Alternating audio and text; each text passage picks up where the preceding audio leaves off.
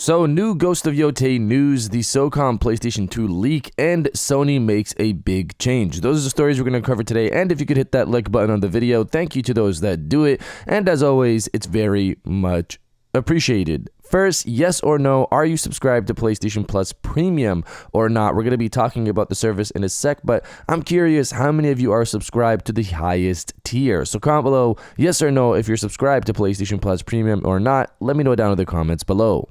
Now, diving into the first story of the video, Sony makes a big change. Reading from Engadget, Sony is jacking up PlayStation Plus prices in Canada. In an email to Engadget's Chris Holt, the company said the increase would apply to subscribers' first payments on or after June 24th. The price hikes are now live on the PlayStation Plus website for new Canadian subscribers.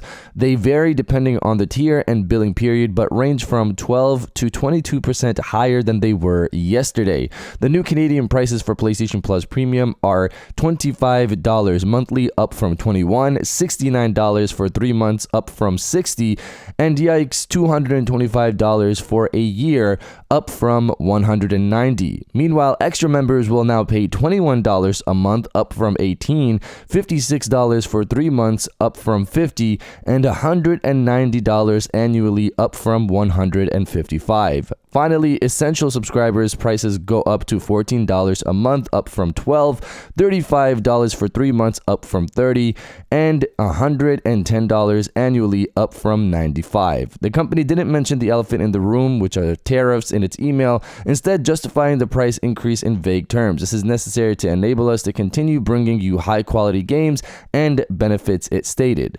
So this is getting, a bit much with seeing these prices continually increase. I get there is value in there, and if you look at the amount of games you get in a year, you'll see that the price you're paying yearly isn't as much, but that all depends on how many of those games you actually play in a year, I would assume. I'll still be subscribed to Premium since I run a PlayStation channel, and personally, I like the Classics program and the catalog of games they're adding, but if I wasn't running a channel, I would be wondering what's to stop them from just increasing the price more and more, and it seems like that's probably going to be the case. At one point, depending on the person, it's going to be hard to justify paying this much unless they really use the benefits that each tier offers. Of course, let's see how this goes. And if you're enjoying the video so far, hit that subscribe button and join our growing community on our way to 150,000 subscribers.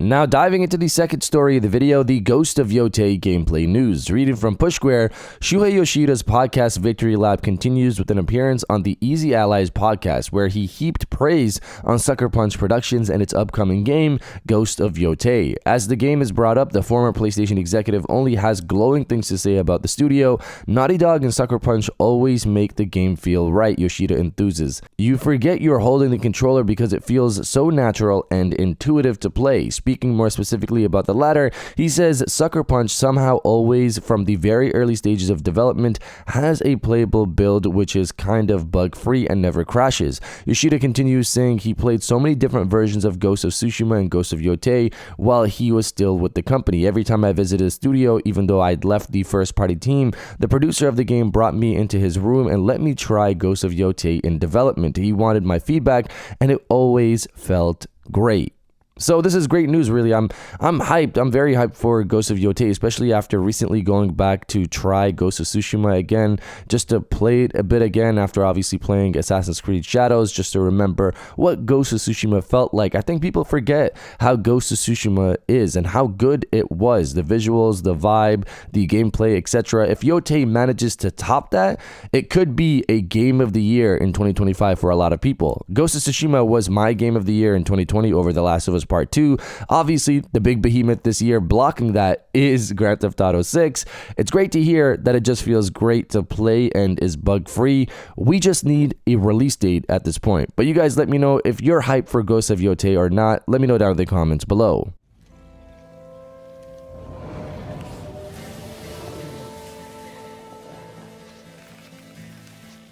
And now diving into the final story of the video, the Socom PlayStation 2 leak. Reading from Insider Gaming, Socom 3 US Navy SEALs was the third installment in the classic tactical third-person shooter. The game was released on October 11, 2005 for PlayStation 2 and was the follow-up to 2003's Socom 2 US Navy SEALs. For those who want to take a trip down memory lane, early prototype gameplay of Socom 3 US Navy SEALs has appeared online, uploaded to YouTube. The video shows gameplay from roughly a month before the game's release.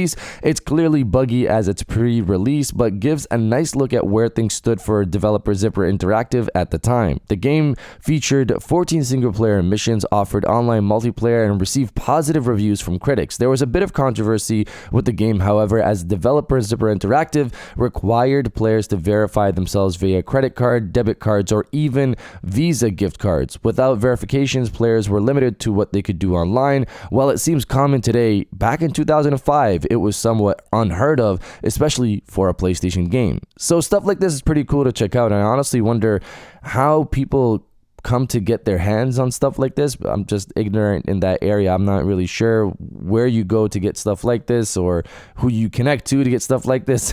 Regardless, I never really got to play these games back in the day, so I hope Sony starts bringing them back over to the PlayStation 5 sometime soon. But you guys let me know if you've played Socom 3 or not. Let me know down in the comments below. And if you guys did enjoy this video, please hit that like button, as it always helps, and subscribe if you're new. I got new videos every Monday, Wednesday, and Friday. And now I'll check you guys out on the next one.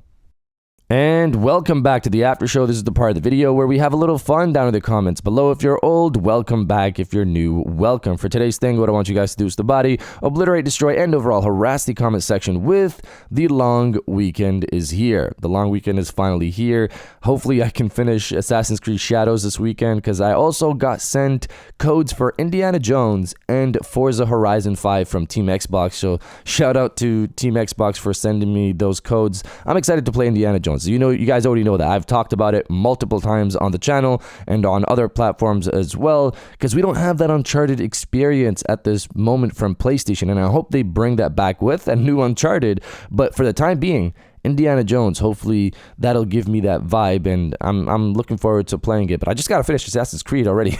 But that's my weekend. If you're excited for the long weekend, destroy the comment section with the long weekend is here, and I'll definitely heart those comments like I always do, because I appreciate everybody who stays to the end of my videos. And now I'll check you guys out on the next one. You get a perfectly aligned circle.